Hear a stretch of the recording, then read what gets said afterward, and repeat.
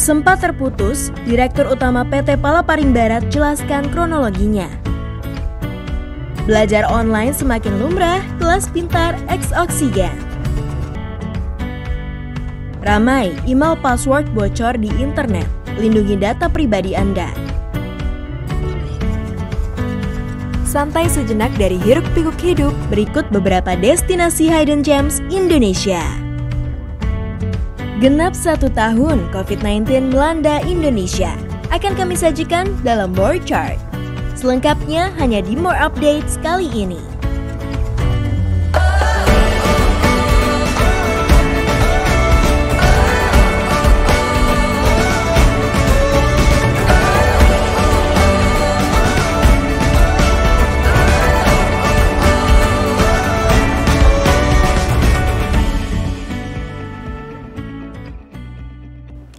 Hai pemirsa Oksigen, apa kabarnya nih kali ini? Masih tetap semangat bukan? Tetap stick to the positive vibes ya.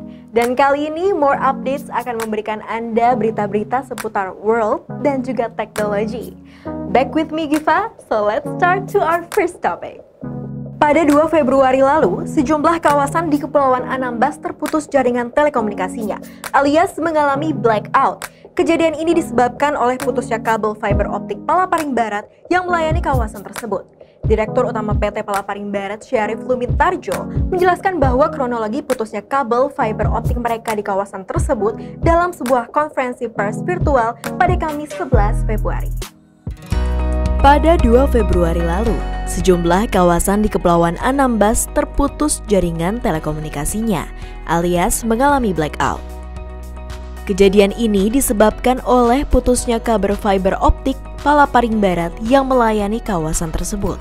Menurut Syarif, putusnya kabel fiber optik Palaparing Barat ini terjadi sejak 21 Januari lalu, yaitu putusnya kabel yang menghubungkan antara Tanjung Bemban, Batam, dan Tarempa, Kepulauan Riau. Kabel ini putus akibat terkena jangkar dari kapal asing yang terkena cuaca buruk di kawasan tersebut, sekitar 19,4 km dari Tanjung Bemban. Kapal tersebut mengalami kerusakan mesin dan kemudian terpaksa ditarik oleh pihak berwajib ke pelabuhan.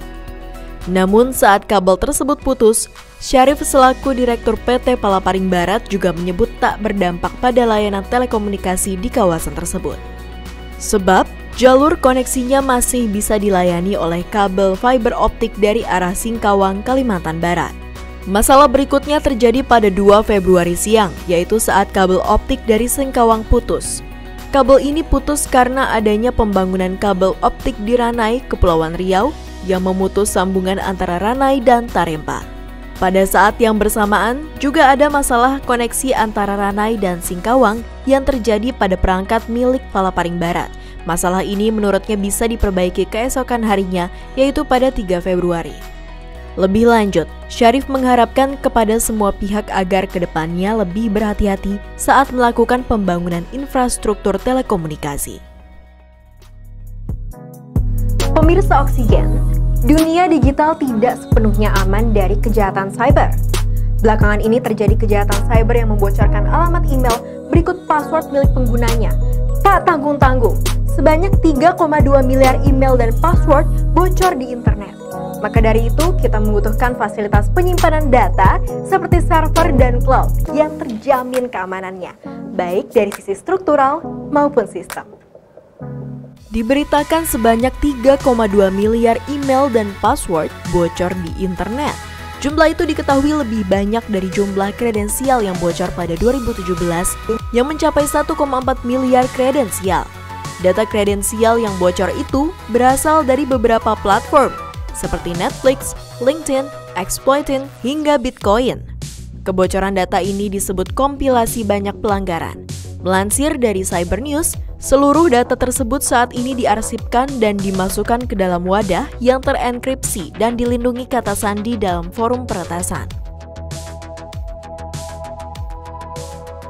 Kalau misalnya kita melihat sekarang, teknologi sekarang itu sudah ditunjang oleh password, bahkan sidik jari, bahkan yang terbaru itu dengan retina mata. Artinya kalau dengan cara-cara seperti itu sudah disiapkan sama yang pengembang aplikasi, tinggal selanjutnya adalah kebocoran ini tentunya masih ada. Pertama adalah dari sisi si pengguna ini sendiri harus benar-benar menjaga kerahasiaan data pribadinya dia, baik dari username, password, dan lain sebagainya. Kalau selama itu bisa dia jaga dengan baik, insya Allah kebocoran itu harusnya sudah tidak terjadi lagi. Seperti itu. Tadi kita sudah berbicara mengenai aplikasi. Nah, aplikasi itu tentunya harus di storage di dalam server. Nah, server itu tentunya supaya aman harus ditempatkan di posisi lokasi yang sudah menjamin terkait dengan pertama adalah governance, yaitu adalah membangun dan memastikan infrastruktur dan aturan yang berlaku di pemerintah itu seperti apa. Kemudian dari sisi secure tentunya si penyedia layanan ini mereka harus sudah punya sertifikasi yang sudah standar internasional, baik dari sisi sertifikasi si pengoperate atau orang-orang yang terlibat di dalamnya, maupun dari sisi sertifikasi yang nempel di lokasi tersebut, contoh misalnya di data center. NDC kita itu adalah salah satu data center yang sangat besar sekarang. Kita punya di 6 lokasi, baik dari sisi Batam, Medan, Palembang, Jakarta, Surabaya, dan Bali. Kemudian kita juga sudah punya infrastruktur sendiri. Infrastruktur sendiri ini adalah sangat penting. Kenapa? Semua aliran data itu kita sudah tidak terkait dengan pihak ketiga. Artinya konten dan aplikasi customer itu kita pastikan secure. Jadi kalau misalnya kita berbicara layer by layer terkait sama security yang ada di data center kita adalah pertama dari sisi customer yang akan mengunjungi kita harus pastikan bahwa dia sudah terdaftar di salah satu waiting list tamu kita yang akan berkunjung ke kita. Di situ kita mintakan identitas dan lain sebagainya.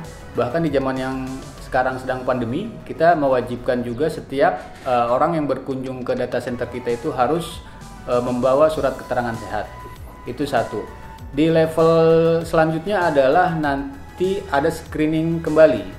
Di situ adalah adanya pertukaran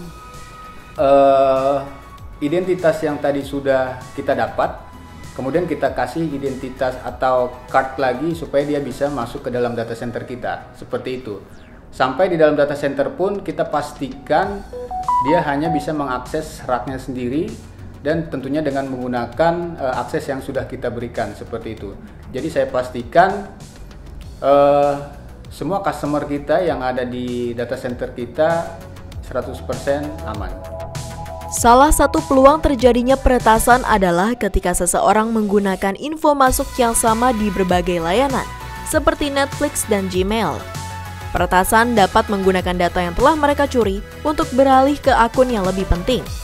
Dan siapapun yang datanya termasuk dalam pengumpulan kom juga dapat menjadi target gelombang baru dalam upaya spear phishing, serta masuknya spam email. Maka dari itu, pastikan Anda memilih fasilitas penyimpanan data yang terbukti keamanannya. Juga dapat diandalkan agar dapat melindungi data pribadi Anda dari ancaman bahaya digital masa kini.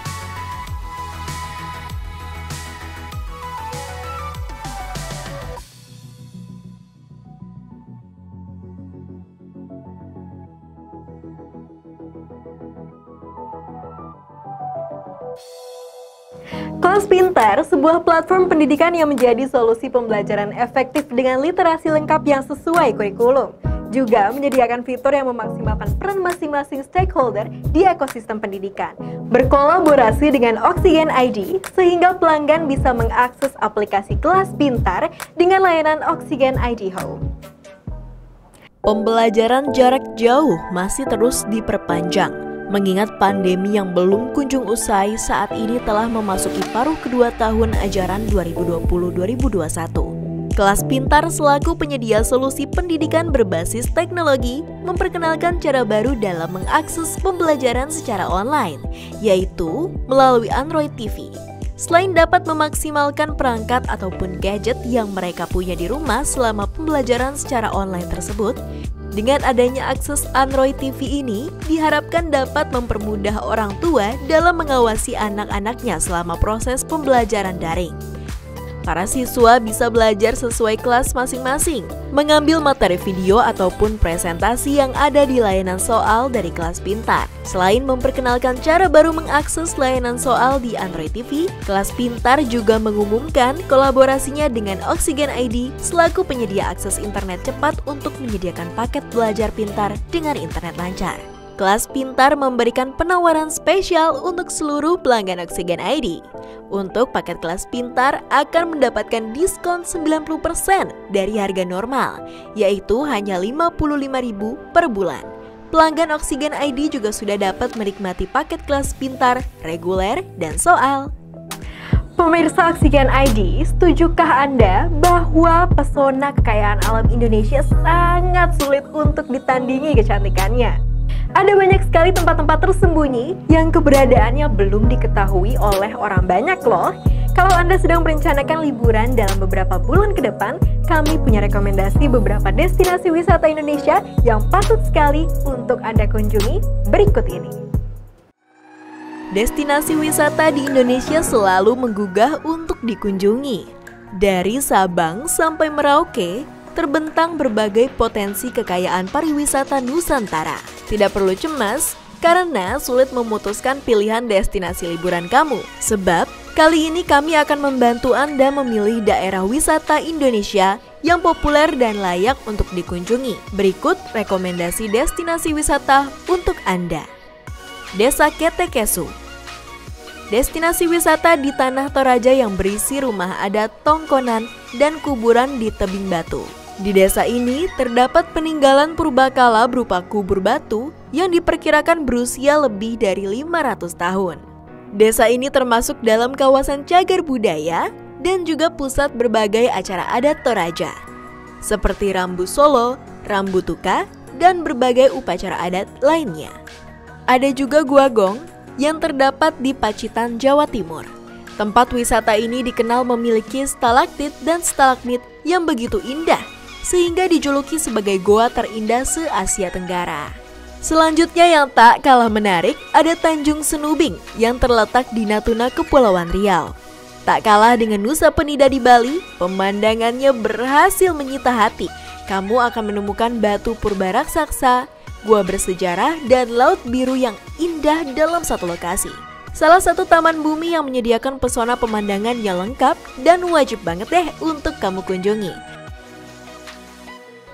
Jadi, kamu mau pilih yang mana untuk tujuan liburan selanjutnya? Jangan lupa ya, perhatikan protokol kesehatan yang berlaku demi mencegah rantai penyebaran virus COVID-19.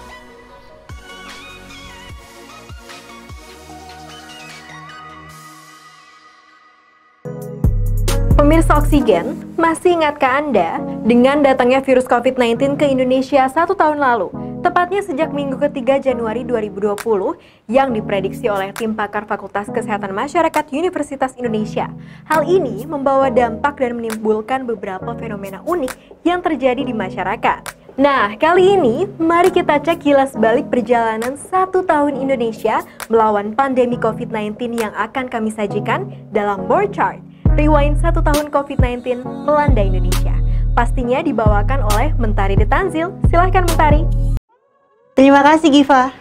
Hai pemirsa Oksigen, kurang lebih 1 tahun sudah semenjak Indonesia melaporkan kasus pertama infeksi virus corona penyebab COVID-19. Belum ada tanda-tanda penyebaran virus ini dapat dikendalikan. Bahkan, kasus terkonfirmasi positif pun terus meningkat. Semenjak pandemi COVID-19 melanda, ada beberapa kebiasaan yang sering kali kita lakukan berubah selama pandemi ini. Interaksi sosial pun dilakukan secara virtual. Pandemi ini telah memunculkan kebiasaan-kebiasaan baru yang tidak biasa kita lakukan. Banyak hal yang dulu kita lakukan dengan leluasa, saat ini sudah tidak dapat kita lakukan lagi. Perubahan itu dilakukan untuk mencegah ataupun memutus penyebaran virus COVID-19. Berikut beberapa dampak yang terjadi selama pandemi. 5. Lockdown. Semenjak pandemi COVID-19 melanda dunia, dalam hitungan bulan pun dunia berubah. Ribuan orang meninggal, ratusan ribu lainnya sakit karena virus corona baru. sebuah virus yang pertama kali muncul di Wuhan, China pada Desember 2019 lalu. Untuk jutaan orang yang tidak terinfeksi, kehidupan mereka pun ikut berubah. Jalanan di Wuhan pun lengang setelah pemerintah setempat menjalankan karantina wilayah yang ketat alias lockdown. Berbagai dunia pun menerapkan pembatasan serupa. Di seluruh dunia penerbangan dibekukan sehingga industri penerbangan pun ikut terpuruk. Semua orang diperintahkan untuk tinggal di rumah saja. Dan untuk mereka yang bisa melakukannya, kegiatan bekerja dan belajar dilakukan dari kediaman masing-masing. Semua langkah ini bertujuan untuk mengendalikan penyebaran COVID-19. 4. Panic buying. Kebijakan lockdown di berbagai dunia untuk mencegah penyebaran virus COVID-19 ini pun menjadi pemicu kepanikan di masyarakat. Tak sedikit warga yang melakukan aksi panic buying atau memborong semua kebutuhan pokok. Terlihat di beberapa negara seperti Jepang, Prancis, dan Amerika Serikat, bahkan Indonesia pun juga dilanda kepanikan yang sama. Hal ini secara obsesif didokumentasikan di media sosial. Rak-rak yang kosong tersebut pun menambah kepanikan dan kebingungan dalam melawan pandemi yang telah menelan banyak korban jiwa. Untuk menjaga kestabilan stok kebutuhan pokok di supermarket, banyak dari supermarket yang mengeluarkan kebijakan untuk menjatah para pembeli mereka dalam membeli kebutuhan pokok. 3. Resesi ekonomi. Pandemi COVID-19 tidak hanya berdampak terhadap sektor kesehatan, tetapi sektor ekonomi juga mengalami pukulan berat. Mengakibatkan aktivitas perekonomian melemah, pembatasan yang diberlakukan di banyak negara di dunia turut mempengaruhi roda perekonomian. Akibatnya, sejumlah negara di dunia mengalami resesi. Resesi terjadi baik di negara maju maupun berkembang. Dikutip dari Express, negara-negara seperti Prancis, Italia, Kanada, Jerman, Amerika Serikat, dan Jepang, Indonesia pun menyatakan resmi mengalami resesi setelah pertumbuhan ekonominya minus pada 2 kuartal berturut-turut.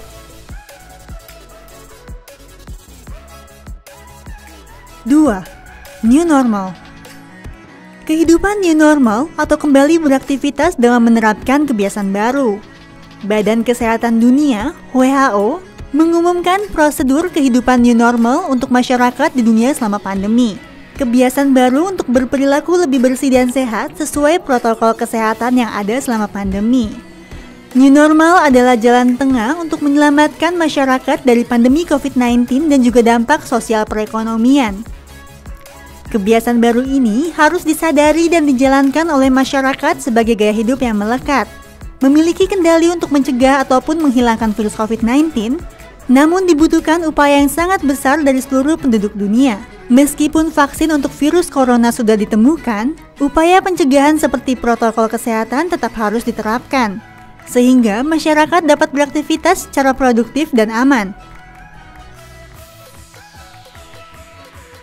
Pertama, digital event. Adanya pandemi COVID-19 membuat banyak kegiatan yang harus dilakukan secara virtual. Tidak hanya di bidang pendidikan, event hiburan pun terpaksa digelar secara virtual. Hal ini dilakukan untuk menghindari terjadinya kerumunan sekaligus untuk mencegah penyebaran virus. Virtual event seperti meeting, konser, ataupun acara hiburan lainnya kini menjadi sebuah tren selama pandemi. Tidak heran jika beberapa event organizer berlomba-lomba menghadirkan virtual event yang tak kalah menarik dibandingkan event yang berlangsung off-air. Sepanjang sejarah, kehidupan manusia telah dipengaruhi oleh adanya berbagai macam penyakit menular. Dan tentunya, krisis yang disebabkan oleh virus COVID-19 saat ini tidak akan menjadi yang terakhir. Namun, kita dapat memanfaatkan ilmu dan pengetahuan yang sudah kita dapatkan dari pengalaman manusia dalam bertahan hidup. Tetap jaga kesehatan Anda dan ikuti protokol kesehatan yang ada. Back to you, Giva. Alright pemirsa Oksigen, itu tadi adalah informasi yang dapat kami sajikan untuk Anda seputar update kali ini. Menarik dan menginspirasi bukan? Jangan lupa untuk tetap saksikan more update selanjutnya. Keep your positive mind and stay productive. Saya Valeta Givari dan sampai jumpa di episode selanjutnya. Bye!